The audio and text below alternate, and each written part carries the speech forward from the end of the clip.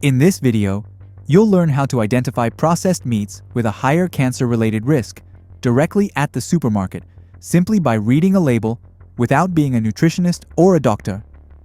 Food under the lens. The science behind what we eat. Two products can look almost identical, but one may carry a higher risk than the other. The difference isn't the meat itself, it's the label. In the previous video, we talked about what the World Health Organization says about processed meat. Today, we're going to something much more practical: how to recognize it yourself while shopping. Rule number 1. The type of meat matters less than how it's processed. Whether it's pork, beef, or chicken is not the main issue. What really matters is how the meat was processed. The risk doesn't increase because it's meat. It increases when meat is modified to last longer, look better, or have a stronger flavor.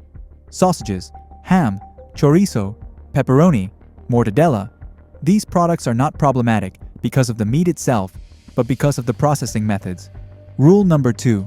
The key words on the label. This is the most important part of the video.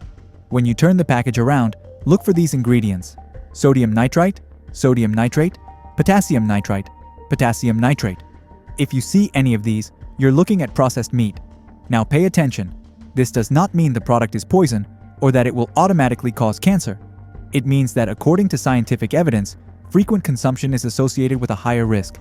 In many markets, these additives can also be listed using E-codes. If you see codes from E249 to E252, that's simply another way of writing nitrites and nitrates. The direct correspondence is as follows. In fresh meat products without preservatives, you'll usually see only the type of meat listed as an ingredient, or meat plus a few basic components like water or salt, without nitrites or additives. In many cases, fresh meat doesn't even require a full ingredient list because it's not a processed product. Let's look at a quick example. If you're finding this video useful, consider subscribing for more content like this. Here we have a label with a single ingredient, meat, and it clearly states the absence of colorants and preservatives.